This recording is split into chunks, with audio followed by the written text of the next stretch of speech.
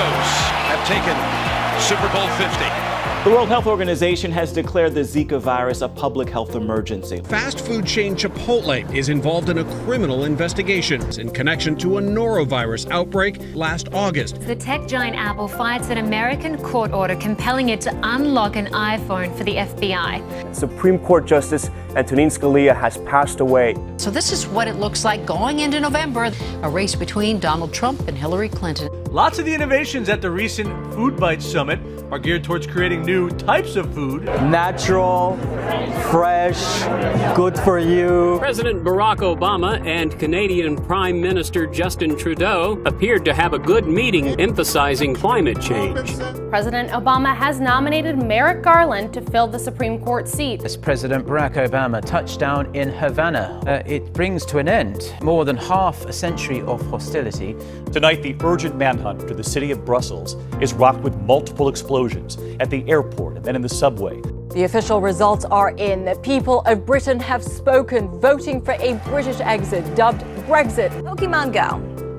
It hasn't even been out a week and it's already a viral phenomenon. It's a good time to be a meat eater. There's a lot more supply for the barbecue, and that should bring down prices. The worst mass shooting in American history. A man with an assault rifle stormed an Orlando nightclub. Police say at least 50 people are dead. An attempted coup leading to chaos, death, and instability in Turkey. 2 baby boys conjoined at the head were successfully separated early Friday morning. Here, the USDA plans to announce rules that require schools to get rid of unhealthy snacks and eliminate students' exposure to junk food. A new investigation has uncovered what some are calling the biggest doping scandal in sport, resulting in the suspension of the Russian track and field team from the 2016 Rio de Janeiro Olympics. Touching down in Abu Dhabi, Solar Impulse has become the first fuel-free plane to circumnavigate the globe. Rio de Janeiro is ready to say welcome to the world.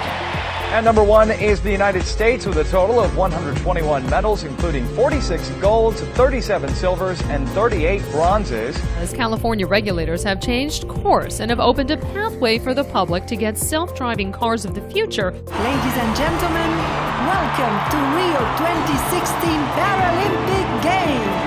Researchers at Northwestern University have created a hyper-elastic bone. It can be 3D printed and used by surgeons to treat injuries. As you can see, Hurricane Matthew is churning right off the coast as we begin tonight. AB InBev's new look brewing behemoth will produce almost a third of the world's beer.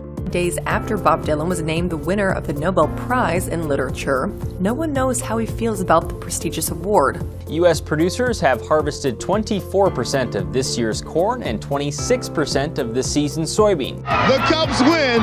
You can see the excitement going down here in Chicago. Donald Trump, elected president of the United States.